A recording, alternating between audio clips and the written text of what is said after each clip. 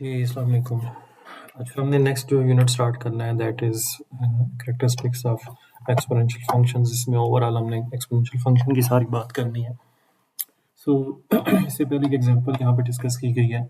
अगर हमारे पास एक रेक्टेंगुलर शेप में पेपर हो और उसको हम फोल्ड करना चाहें, तो उसको फोल्ड करने के बाद हमारे पास लेयर्स कितनी बनती हैं। अगर उसको बिल्कुल हमने फोल्ड नहीं किया हुआ, zero fold, number of fold जो है वो ज़ीरो है, तो उसके अंदर कितनी लेयर्स बनेंगी? उसकी एक लेयर बनेगी, है उसकी एक ही लेयर।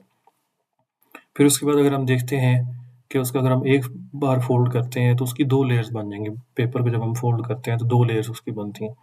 जब हम उसको टू टाइम्स फोल्ड करते हैं तो उसकी लेयर्स कितनी बनती हैं? फोर बनती हैं। जब हम उसको थ्री टाइम्स उसको फोल्ड करते हैं तो उसकी लेयर्स जो है वो एट बन जाती हैं।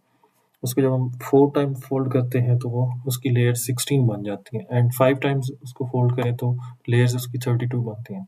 अब ये सारे जो नंबर्स आपके पास आ रहे हैं, इन सब नंबर्स को हम टू की पावर में एक्सप्रेस कर सकते हैं, क्योंकि टू पावर फाइव जो है वो 32 होता है, टू पावर फोर 16 होता है, टू पावर थ्री 8 होता है, टू पावर टू 4 होता है, टू पावर वन 2 होता है, और टू पावर ज़ीरो को हम 1 लिख सकते हैं।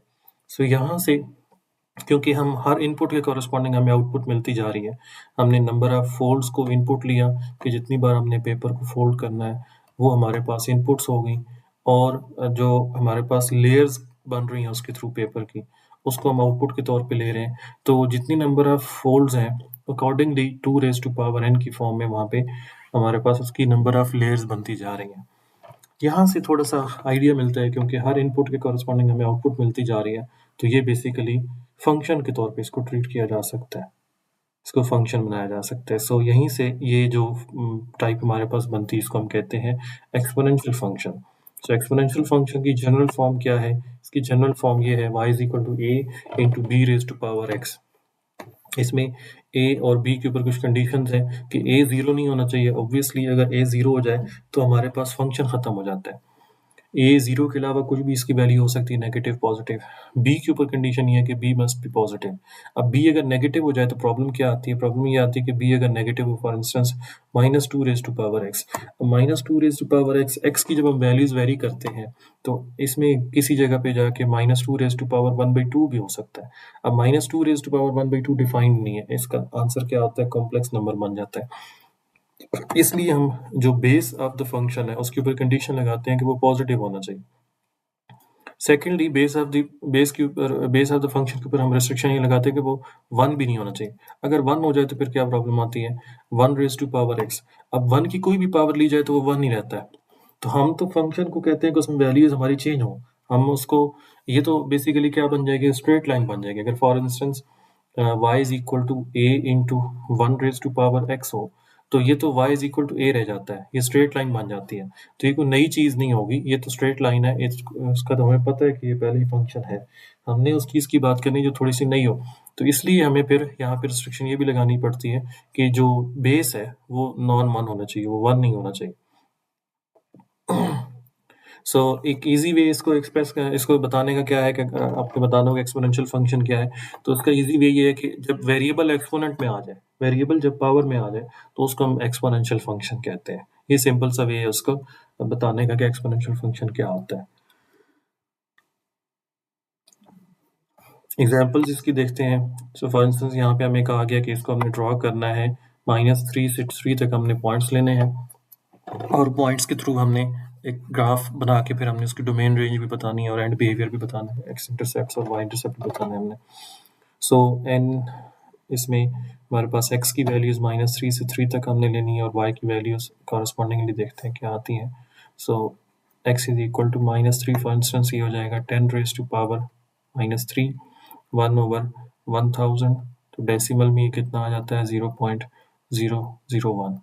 उसके बाद एन की एक्स की वैल्यू माइनस टू लेते हैं तो ten raise to power minus two, ये वन ओवर 100 हो जाता है, और इसको हम 0.01 लिख सकते हैं। फिर एन की एक्स की वैल्यू माइनस वन लेते हैं तो ten raise to power minus one, ये वन ओवर टेन हो जाता है, और वन ओवर टेन क्या होता है? 0.1 हो जाता है। फिर एक्स की वैल्यू ज़ीरो लेते हैं तो वाई की वैल्यू क्या आ जाती है? वाई की value ten raise to power zero, जो कि वन हो जाता है। एक्स की वैल्यू वन लें तो ten raise to power one, जो कि 10 हो जाता है।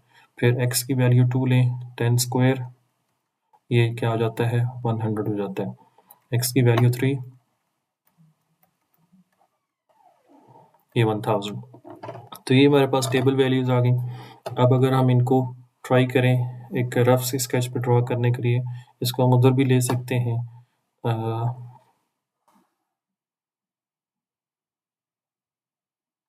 इसमें हमारे पास x एक्सिस पे -3 से +3 तक है, -1 फॉर इंस्टेंस, ये -2 और ये -3, और y axis sorry positive x axis पे +1 +2 +3, सो फॉर इंस्टेंस ये हो जाएगा +1 2 and 3। So correspondingly y axis पे हम वैल्यूज जो है वो हंड्रेड्स में लेनी होंगी। सो फॉर इंस्टेंस इसको हम वैसे यहाँ पे ड्रॉ करना इतना इजी नहीं है, और यहाँ पे हम फॉर इंस्टेंस थोड़े से और डिस्टेंस पे 1000 ले लेते हैं। अब x की वैल्यू -3 पे y की वैल्यू आ रही है 0.001। सो फॉर इंस्टेंस ये बहुत छोटी वैल्यू होगी, यहाँ पे होगी। -2 पे थोड़ी उससे बड़ी वैल्यू है 0.01, फिर -1 पे 10 है फॉर इंस्टेंस, थोड़ा और ऊपर। x की वैल्यू 0 है तो y की वैल्यू क्या आ रही है 1। इसको थोड़ा सा हमें इधर से करना पड़ेगा, नीचे से स्टार्ट करना पड़ेगा। मैं इसको 100 तक पहले ड्रॉ कर देता हूँ। सो फॉर इंस्टेंस इसको यहाँ पे हम 100 ले लेते हैं, तो इसका हाफ जो है वो 50 हो जाएगा। अब हम ये पॉइंट फॉर इंस्टेंस ये -3 पे 0.001, -2 पे 0.01, -1 पे 0.1, और x इक्वल्स टू 0 पे 1, x इक्वल्स टू 1 पे 10। इसको एज सच यहाँ पे स्केच करना मुश्किल है क्योंकि y एक्सिस पे बहुत बड़ी वैल्यूज़ हैं और एक्सिस पे बहुत बहुत छोटी वैल्यूज़ है। इसका सिर्फ मैं आपको बिहेवियर ही बता सकता हूँ। x इज इक्वल टू 2 पे 100 है, x इक्वल्स टू 3 पे 1000 है। तो ये अगर आप पॉइंट्स देखें, इनको ज्वाइन करने की कोशिश करें, तो हमारे पास कुछ इस तरह का बिहेवियर बन रहा है ग्राफ का। तो ये एक्सपोनेंशियल फंक्शन का जनरल ग्राफ होता है, graph of the exponential function.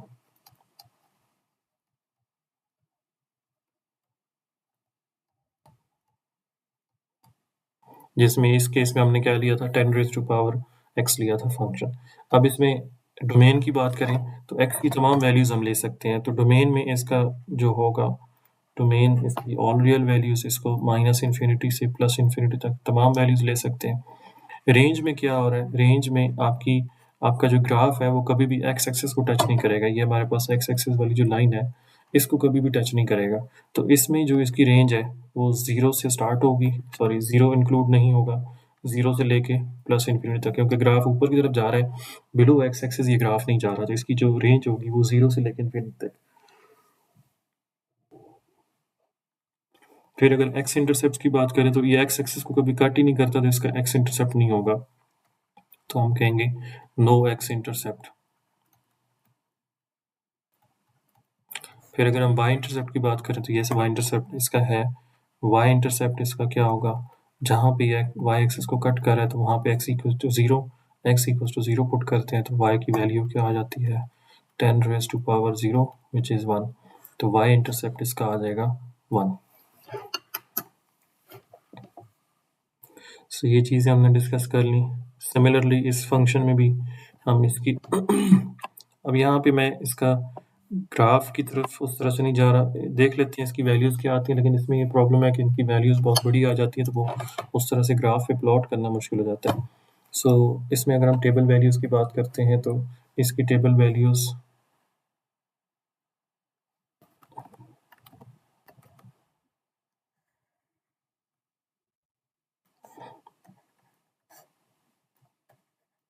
So x की वैल्यू -3, तो y की वैल्यू 2 इंटू 3⁻³ 3⁻³ 2/27।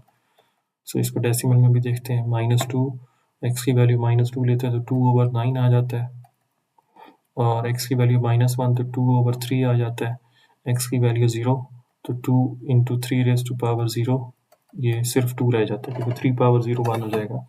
x की वैल्यू 1, 2 इंटू 3 ये 6 आ जाता है, x की वैल्यू 2, 2 इंटू 3 का स्क्वायर तो ये 18 आ जाता है, और नेक्स्ट 2 इंटू 3 का क्यूब, ये 27 इंटू 2 54 आ जाता है।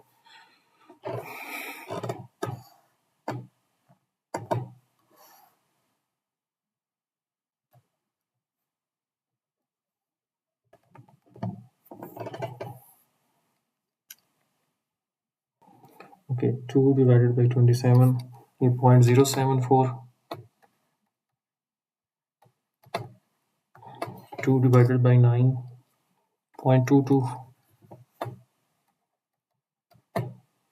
2 divided by 3, 0.7, 0.66. इसको 0.67 कर सकते हैं, ये 2 और ये वैल्यूज। सो एक्स एक्सिस पे इसी तरह से 1, 2 एंड 3, -1, -2, -3। वाई एक्सिस पे हमारे पास मैक्सिमम वैल्यू 54 आ रही है, तो हम इसको फॉर एग्जाम्पल 60 ले लेते हैं। इसका हाफ यहाँ पे 30 हो जाएगा और इसका हाफ यहाँ पे 15 हो जाएगा।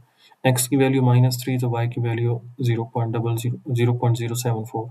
फिर इससे थोड़ी ऊपर वैल्यू है, फिर थोड़ी इससे ऊपर वैल्यू है। एक्स की वैल्यू 0 है तो वाई की वैल्यू 2 आ रही है, तो इस तरह करके ये 2 पे क्रॉस करेगा वाई एक्सिस को। और एक्स की वैल्यू 1 तो वाई की वैल्यू 6, एक्स की वैल्यू 2 तो वाई की वैल्यू 18, थोड़ा सा इससे ऊपर। एक्स की वैल्यू 3 तो वाई की वैल्यू 54 यहाँ पे। तो अगेन आप शेप देखें, पॉइंट्स को ज्वाइन करने से जो शेप बन रही है ग्राफ की, वो उसी तरह की शेप बन रही है। इसकी डोमेन ऑल रियल नंबर्स, सो -इन्फिनिटी से +इन्फिनिटी। रेंज की अगर हम बात करें तो रेंज भी इसी तरह से 0 to इन्फिनिटी। एक्स इंटरसेप्ट इसका कोई नहीं है अगेन।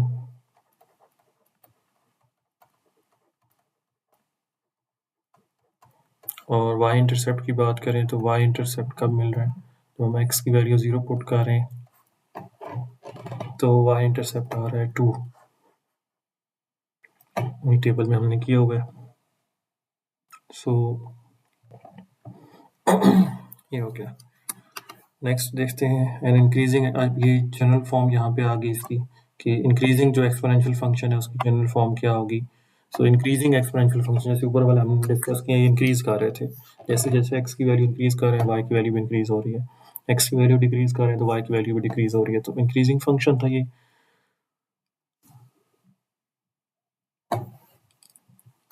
इसमें जो बेस है वो हमेशा ग्रेटर देन 1 होगी और जो ग्राफ होगा वो सेकंड क्वाड्रेंट और फर्स्ट क्वाड्रेंट में लाई करेगा। आप देखें ये यहाँ पे लाई करेगा। Curve increases from left to right, left से ऐसे स्टार्ट होगा ग्राफ और राइट की तरफ जाएगा। सेकंड क्वाड्रेंट से स्टार्ट होगा और फर्स्ट में जाके ऊपर की तरफ जाएगा, इंक्रीज करेगा। इट रफली looks like the graph on the right. इस तरह का इसका जनरल शेप होती है, ऊपर हमने डिस्कस भी कर लिया है। दूसरी शेप है ये वाली जिसमें हमारे पास ग्राफ की थोड़ी सी शेप चेंज होती है। सो इसको ज़रा देखते हैं। It's 1/2 raised to power x। सो इसमें हम x की वैल्यूज उस तरह से चेंज करते हैं, तो देखते हैं टेबल वैल्यूज क्या आती हैं।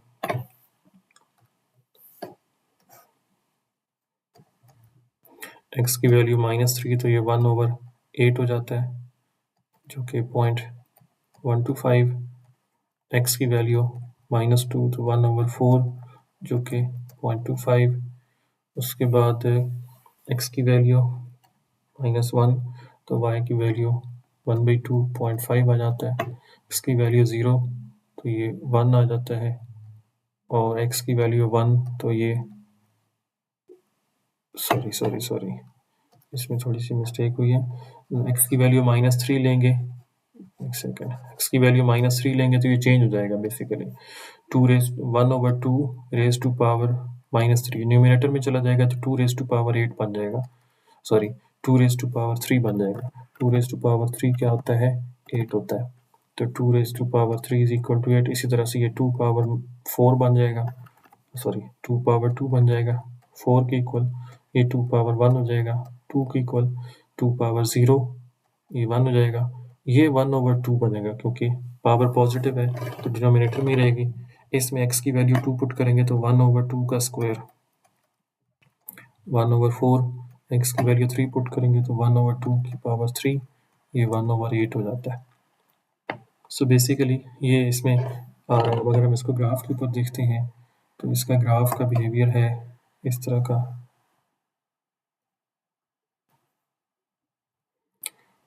1 2 3 -1 -2 -3।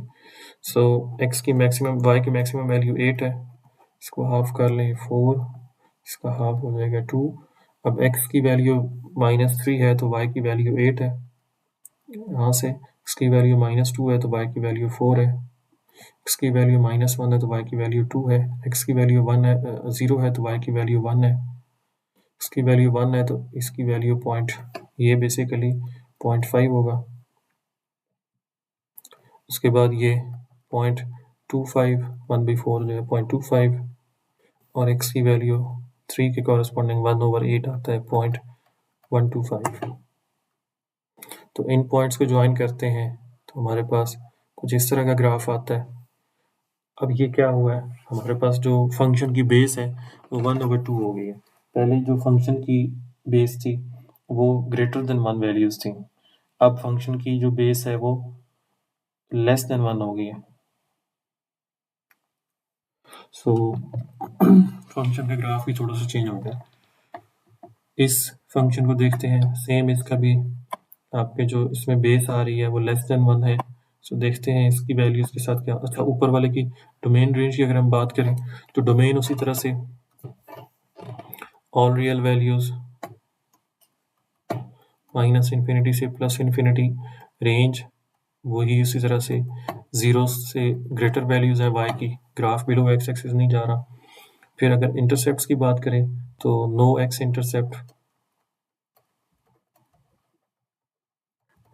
और y इंटरसेप्ट की बात करें तो y इंटरसेप्ट उसका उसी वक्त आ रहा है जब हम x की वैल्यू 0 पुट कर रहे हैं, तो y intercept y is equal to 1 आ रहा है।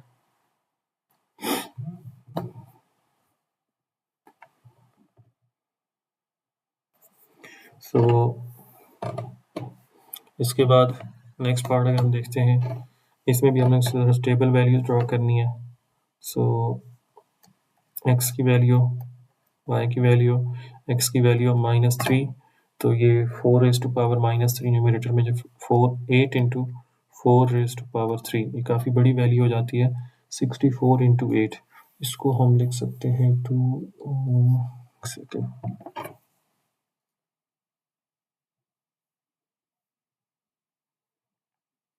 64 मल्टीप्लाई बाई 8 512। पावर -2 लेते हैं तो ये बन जाता है 8 इंटू 16 मल्टीप्लाई बाई 8, तो ये 128 हो जाता है।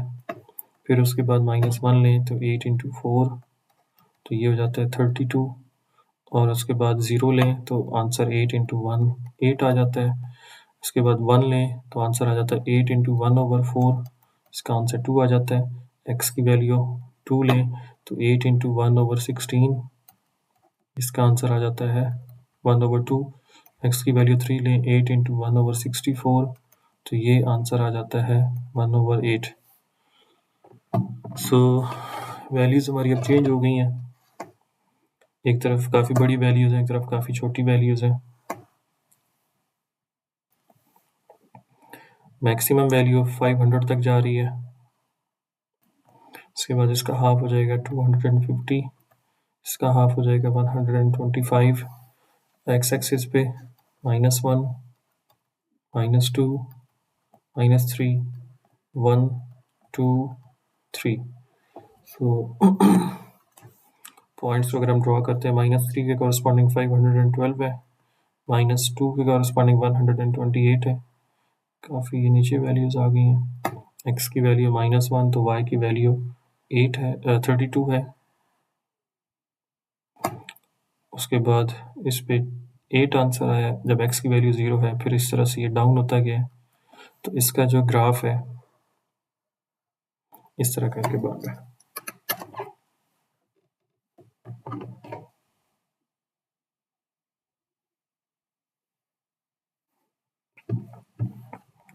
सो जब हमारे पास इस टाइप का फंक्शन होता है कि जो बेस है उसकी वैल्यू 0 और 1 के दरमियान लाइक आ रही है, तो फिर हमारे पास डिक्रीजिंग फंक्शन आता है, जैसा कि हमने देखा भी है कि ग्राफ उसका डाउनवर्ड जा रहा है, लेफ्ट साइड से सेकंड क्वाड्रेंट से स्टार्ट हो रहा है और फर्स्ट क्वाड्रेंट में जाके एंड हो रहा है नीचे की तरफ।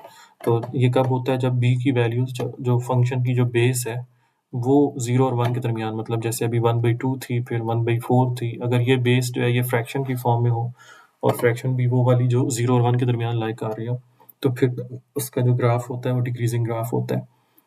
सेकंड क्वाड्रेंट में स्टार्ट करता है, फर्स्ट में जाके एंड करता है, curve decreases from left to right, और इसका जो रफली स्केच होता है वो इस तरह का होता है।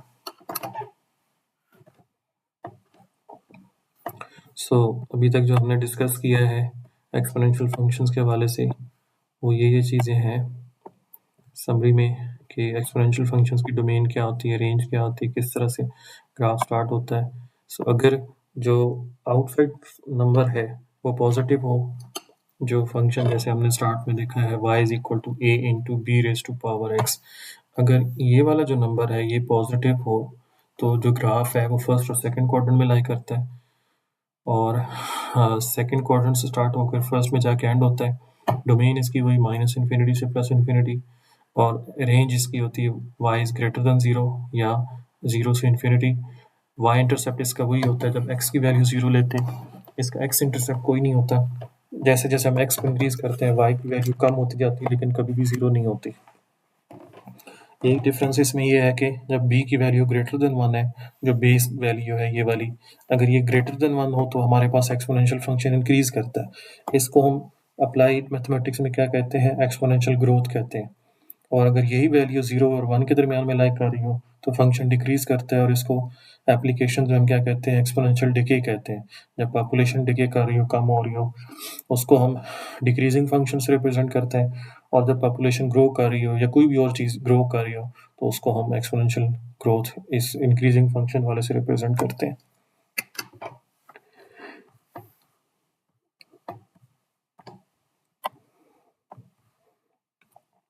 अब इनको हमने ग्राफ करना है और वहाँ से हमने बताना है कि ये इंक्रीजिंग फंक्शंस हैं, डिक्रीजिंग फंक्शंस हैं, या और इनकी एक्स इंटरसेप्ट्स और वाई इंटरसेप्ट्स और डोमेन रेंज क्या है। डोमेन रेंज मैंने आपको पहले ही बता दी है। डोमेन रेंज इनकी वही होगी दोनों केसेस में जो हमने ऊपर डिस्कस की है। फर्स्ट वाले की डोमेन अगर हम लिखें तो उसकी डोमेन होगी माइनस इन्फिनिटी से प्लस इन्फिनिटी, रेंज इसकी होगी 0 से इन्फिनिटी, एक्स इंटरसेप्ट नहीं होगा कोई भी, वाई इंटरसेप्ट जब हम इसमें x को 0 पुट करते हैं, यहाँ पे x को 0 पुट करें तो ये हो जाता है 1/2 रेज टू पावर 0, क्योंकि 1 आ जाता है, तो y की वैल्यू 1, ये इसका y इंटरसेप्ट है। उसके बाद दूसरे फंक्शन में y is equal to 4 raise to power x, इसमें हमारे पास डोमेन उसी तरह से जो पहले बताई है मैंने, डोमेन इसकी हो जाएगी माइनस इन्फिनिटी से प्लस इन्फिनिटी। उसके बाद इसकी रेंज इसको 0 से इन्फिनिटी, और एक्स इंटरसेप्ट इसका कोई नहीं है, वाई इंटरसेप्ट इसका जब हम x की वैल्यू 0 पुट करेंगे तो y की वैल्यू 1 आ जाती है। तो इसमें अच्छा, उसके बाद इंक्रीजिंग डिक्रीजिंग, ये मैं ग्राफ से आपको बता देता हूँ कि इंक्रीजिंग डिक्रीजिंग कैसे होगा। फॉर एग्जांपल इसको ड्रॉ करते हैं। फर्स्ट वाला है 0.5 raise to power 0.5 raise to power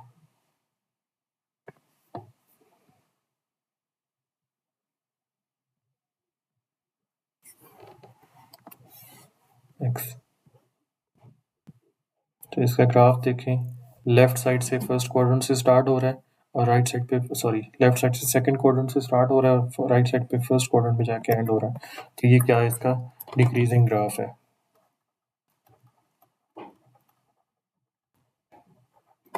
अगर हम दूसरे फंक्शन की बात करते हैं 4 रेज टू पावर x, उसकी बात करें, 4 रेज टू पावर x, अब ये ग्राफ जो है वो आपके पास लेफ्ट साइड से सेकंड क्वाड्रेंट से स्टार्ट हो रहा है और फर्स्ट में जाके एंड हो रहा है, ऊपर की तरफ जा रहा है, तो ये क्या है, इंक्रीजिंग फंक्शन है। ये चीज़ अभी हमने ऊपर भी डिस्कस की है कि अगर बेस वैल्यू जो है वो ग्रेटर देन 1 हो तो फंक्शन का ग्राफ जो है वो इंक्रीजिंग होता है, और अगर बेस वैल्यू लेस 0 और 1 के दरमियान में हो तो फिर ग्राफ डिक्रीजिंग होता है। सिमिलरली इसमें भी वही बिहेवियर है कि बेस हम देखते हैं तो बेस के अकॉर्डिंगली फंक्शन का ग्राफ बता सकते हैं। सो डोमेन रेंज मैं पहले आपको बता देता हूँ, इसकी डोमेन रेंज क्या होगी। सो डोमेन रेंज इन दोनों की सेम होंगी जो हमने ऊपर भी डिस्कस की हैं। सो इसकी डोमेन आ जाएगी माइनस इन्फिनिटी से प्लस इन्फिनिटी, और रेंज 0 से इन्फिनिटी। इसके एक्स इंटरसेप्ट दोनों का कोई नहीं है, और वाई इंटरसेप्ट दोनों का थोड़ा थोड़ा डिफरेंट है। एक में अगर हम x की वैल्यू 0 पुट करते हैं तो y आ जाता है 5 इंटू 1.2 रेज टू पावर 0। सो ये 5 आ जाता है क्योंकि 1.2 रेज टू पावर 0 1 हो जाता है। और दूसरे में x की वैल्यू 0 पुट करें तो y आ जाता है 3 इंटू 3/4 रेज टू पावर 0। सो यहाँ पे y इज इक्वल टू 3 आ जाता है। ये इसके y इंटरसेप्ट।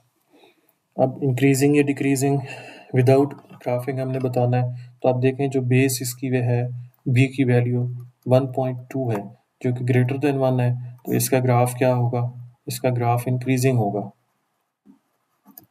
इसमें 3/4 अगर आप डेसिमल वैल्यू चेक करते हैं तो ये 0.75 आता है, और 0.75 लेस देन 1 होता है, तो इसका ग्राफ जो है वो डिक्रीजिंग होगा।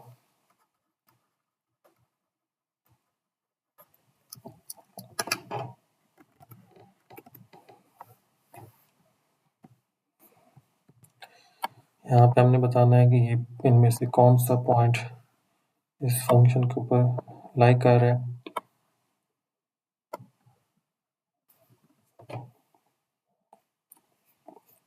अच्छा, हमने जैसे अभी पहले फंक्शंस में देखा भी है कि इस टाइप के फंक्शंस का एक्स इंटरसेप्ट होता ही कोई नहीं है, तो ये तो इम्पॉसिबल है क्योंकि इसमें y की वैल्यू 0 और ये y की वैल्यू 0 इसमें कभी भी होती नहीं है अनलेस कि हम इन्फिनिटी ले लें।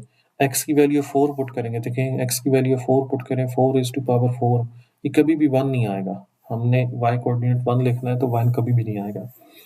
x की वैल्यू 2 तो y की वैल्यू 14। सो अगर हम x की वैल्यू 2 पुट करते हैं तो देखते हैं y क्या आ जाता है, y is equal to 4 is to power 2 is 16, तो ये करेक्ट ऑप्शन है। फिर उसके बाद x की वैल्यू -1, x की वैल्यू -1 पुट करते हैं, सो y की वैल्यू आ जाती है 4 रेज टू पावर -1, 1/4, और ये 0.25 आता है, लेकिन यहाँ पे 0.5 है तो ये भी करेक्ट ऑप्शन नहीं है, सिर्फ सी करेक्ट ऑप्शन है।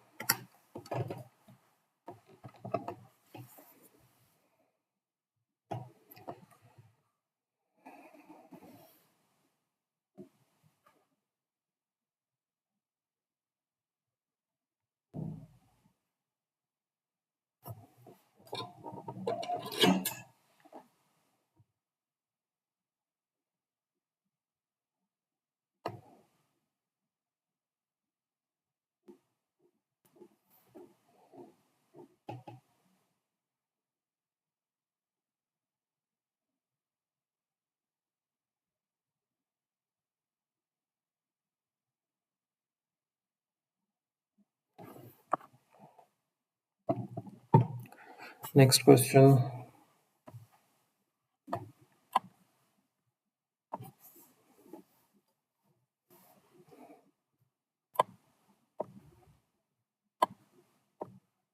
अब हमने बताना है कि इनमें से डिक्रीजिंग फंक्शन कौन सा होगा, डिक्रीजिंग ग्राफ किसका होगा। सो जिसकी बेस में वैल्यू जो है वो 0.3 डेसिमल्स में है वो हमारा क्या हो जाएगा, जिसकी वैल्यू लेस देन 1 है बेस में, वो फंक्शन हमारा डिक्रीजिंग हो जाएगा। इसकी value b is equal to 3 जो कि पॉसिबल नहीं है, इसकी value b is equal to 0.3, yes यही पॉसिबल है क्योंकि इसका ग्राफ डिक्रीजिंग होगा। इसमें बेस वैल्यू 0 और 1 के दरमियान में है, तो ये एक ऑप्शन है। उसके बाद ये पॉसिबल नहीं है, इसमें दूसरा केस आ जाता है, हमने इसको भी डिस्कस नहीं किया। सो वैसे तो ये भी डिक्रीजिंग है इसको, लेकिन हम सेकंड और फर्स्ट क्वाड्रेंट की बात कर रहे हैं। ये क्योंकि थर्ड और फोर्थ में लाइक करते हैं, उसका भी हम डिस्कस नहीं कर रहे। ये भी डिक्रीजिंग नहीं है, इसका डिफरेंट पैटर्न है। सो जस्ट जहाँ पे बेस वैल्यू लेस देन 1 हो वहीं पे फंक्शन डिक्रीजिंग होता है, उसके अलावा फंक्शन इंक्रीजिंग रहता है।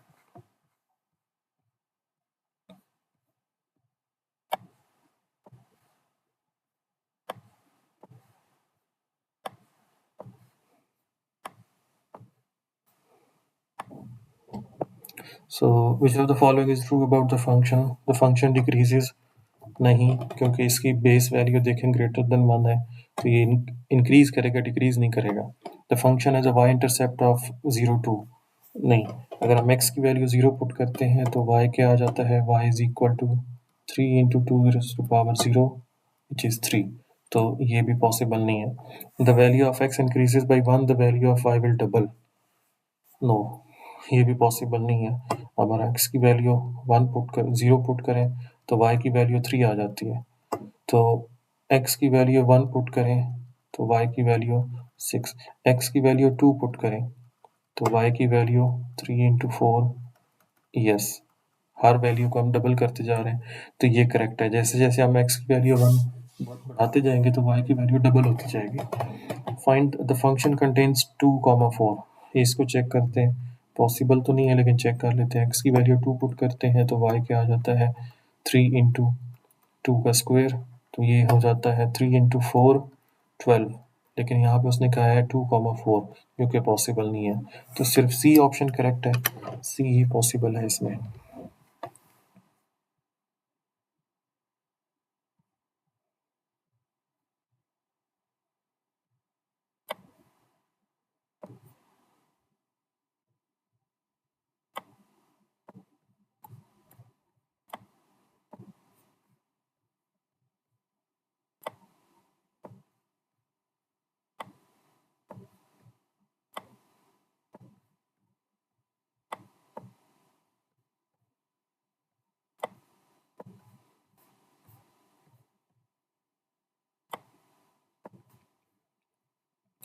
ओके इसका ग्राफ तो उसमें ड्रॉ करना पड़ेगा। इसका ग्राफ ऐसे x इक्वल्स टू 0 पे y इक्वल्स टू 1 आ रहा है, तो ये y इज इक्वल टू 1 से पास करेगा ऐसे, x इक्वल्स टू 1 पुट करते हैं तो y की वैल्यू 2 आती है, सो 1 पे 2 आंसर। तो इसका ग्राफ कुछ इस तरह का, x की वैल्यू 2 पुट करते हैं तो y की वैल्यू 4, तो इसका ग्राफ ऐसे करके x intercept, no x intercept, ये पहले भी हमने डिस्कस किया है। इसमें a की वैल्यू, यहाँ पे जो बाहर मल्टीप्लाई हो रहा है वो 1 हो रहा है, तो a की वैल्यू 1 है। y इंटरसेप्ट जैसे मैंने यहाँ पे डिस्कस कर दिया है, y intercept y is equal to 1 है। b is greater than 1, yes, b is greater than 1 क्योंकि बेस वैल्यू 2 है। End behaviour ends in first quadrant and increasing। Domain वही है माइनस इन्फिनिटी से प्लस इन्फिनिटी, और रेंज की बात करें तो वो है 0 से इन्फिनिटी। अब इसमें साथ 3 मल्टीप्लाई हो गए, अब इसमें x की वैल्यू 0 लेते हैं तो y की वैल्यू 3 आएगी, और x की वैल्यू 1 लेते हैं तो y की वैल्यू 6 आती है। सो x की वैल्यू 0, y की वैल्यू 3, ये पॉइंट x की वैल्यू 1, y की वैल्यू 6, ये ग्राफ से बाहर चला जाता है, तो इसका ग्राफ कुछ इस तरह करके आ जाएगा। अगेन इसमें नो x इंटरसेप्ट, इसमें a की वैल्यू क्या है, 3 है, जो कि नंबर बाहर मल्टीप्लाई हो रहा है यहाँ पे। उसके बाद y की वैल्यू, y इंटरसेप्ट सॉरी, इसमें y इंटरसेप्ट 3 आ रहा है। b की वैल्यू इसमें स्टिल ग्रेटर देन 1 है, एंड सेम जिस तरह फर्स्ट में वो एंड हो रहा है तो ये भी फर्स्ट में जाके एंड हो रहा है। डोमेन और रेंज भी इसकी सेम है, 0 से इन्फिनिटी इसकी रेंज है और माइनस इन्फिनिटी से प्लस इन्फिनिटी इसकी डोमेन है।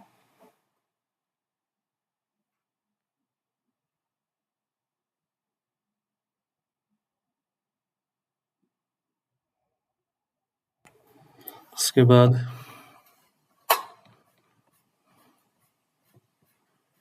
नेक्स्ट क्वेश्चन,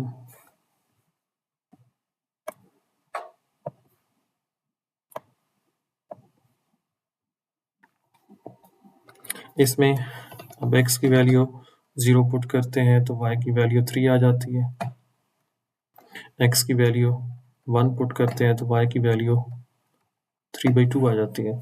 तो बेसिकली इसमें जो फंक्शन का बिहेवियर है वो अपोजिट है, x की वैल्यू 0 पे y की वैल्यू 3, तो ग्राफ कुछ इस तरह करके आएगा और इस तरफ जाएगा। x इंटरसेप्ट नो, a की value 3, y intercept y is equal to 3, b की वैल्यू लेस देन 1 है, 0 और 1 के दरमियान में लाइक आ रहे हैं। And behaviour ends in first quadrant and decreasing. उसके बाद डोमेन रेंज सेम है, माइनस इन्फिनिटी से प्लस इन्फिनिटी, और रेंज भी 0 से इन्फिनिटी जैसे पहले चलती आ रही है। अब 2 इंटू 1/3 थोड़ा सा चेंज होगा, सिर्फ क्या चेंज होगा, वैल्यूज चेंज होंगी, बाकी बिहेवियर सेम रहेगा। y की वैल्यू 2, x की वैल्यू 1 लेते हैं तो y की वैल्यू 2/3। सो इसमें हमारे पास x की वैल्यू 0, y की वैल्यू 2, ये हो गया, x की वैल्यू 1, y की वैल्यू 2/3, तो अप्रॉक्सीमेटली यहाँ पे आ जाएगा। तो इसका बिहेवियर कुछ इस तरह करके हो जाएगा ग्राफ का, थोड़ा ज़्यादा नीचे चला गया, सो इस तरह करके ग्राफ एक्स एक्सिस के पैरेलल होने लग जाएगा। अब अगेन नो एक्स इंटरसेप्ट, ए की वैल्यू इस केस में 2 है, y इज इक्वल टू 3 इसका, y इज इक्वल टू 2 इसका y इंटरसेप्ट है, b की वैल्यू 0 और 1 के दरमियान में लाइक आ रही है, सेम बिहेवियर है, फर्स्ट क्वाड्रेंट में जाके एंड होता है और डिक्रीज कर रहा है, डोमेन रेंज भी इसकी सेम है।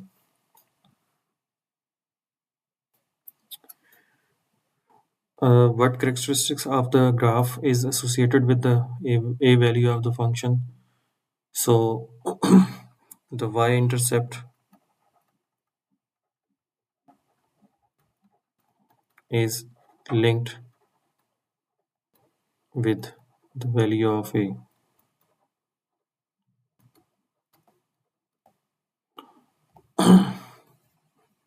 Yes, it is always true.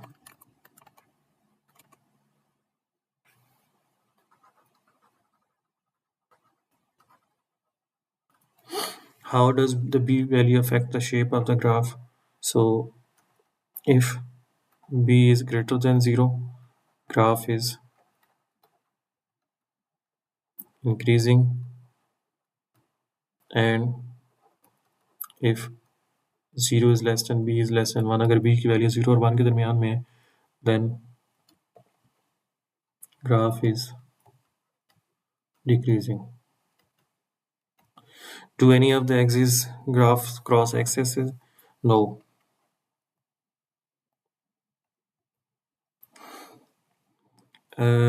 It can cross x-axis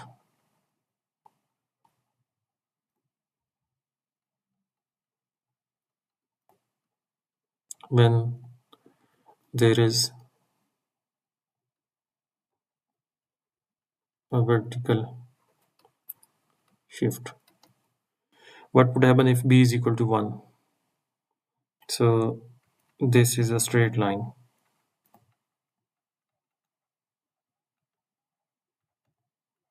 Because y is equal to a रह जाता है, x खत्म हो जाता है क्योंकि 1 raised to power x 1 आ जाता है, इसलिए सिर्फ y is equal to a रह जाता है।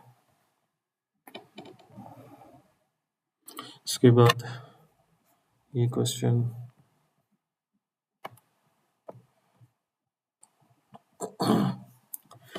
फर्स्ट वाले में y इंटरसेप्ट मीन्स x की वैल्यू 0 पुट करें तो y की value 2, increasing, yes, increasing because b is equal to 7 which is greater than 1, domain minus infinity से प्लस इन्फिनिटी, रेंज 0 से इन्फिनिटी। इसमें y इंटरसेप्ट x की वैल्यू 0 पुट करें तो y की वैल्यू 3, इंक्रीजिंग या डिक्रीजिंग, ये डिक्रीजिंग होगा क्योंकि बेस वैल्यू लेस देन 1, 0 और 1 के दरमियान में लाइक कर रही है। डोमेन उसी तरह से माइनस इन्फिनिटी से प्लस इन्फिनिटी और रेंज 0 से इन्फिनिटी। वाई इंटरसेप्ट हमने पहले अभी डिस्कस किया कि वाई इंटरसेप्ट जो है वो ए वैल्यू जो होती है वो वाई इंटरसेप्ट होता है। Y is equal to 6 is the y intercept. ये डिक्रीजिंग होगा क्योंकि 0.9 is lying between 0 and 1. Domain minus infinity से plus infinity और range इसकी 0 से infinity. The graph that is increasing, तो obviously जो graph 1 है वो increase कर रहा है और थर्ड ग्राफ भी इंक्रीज कर रहा है। आप इजीली देख सकते हैं फर्स्ट और थर्ड जो ग्राफ्स हैं वो इंक्रीज कर रहे हैं। The graph with the largest b value, largest b value किस तरह से पता चलती है? जिसका वाई इंटरसेप्ट बड़ा होता है, सॉरी जो जल्दी इंक्रीज कर रहा होता है उसमें बाई जो बी वैल्यू है वो ग्रेटर होती है, तो ये जल्दी इंक्रीज कर रहा है, इसमें सडन जंप्स आ रहे हैं, ये स्लोली इंक्रीज कर रहा है। So graph 3 has the largest b value. The graph with zero between 0 और 1 के दरमियान जिसकी बी वैल्यू है, तो वो सेकंड ग्राफ है जिसकी वैल्यू 0 और 1 के दरमियान, क्योंकि ये ग्राफ डिक्रीज कर रहा है।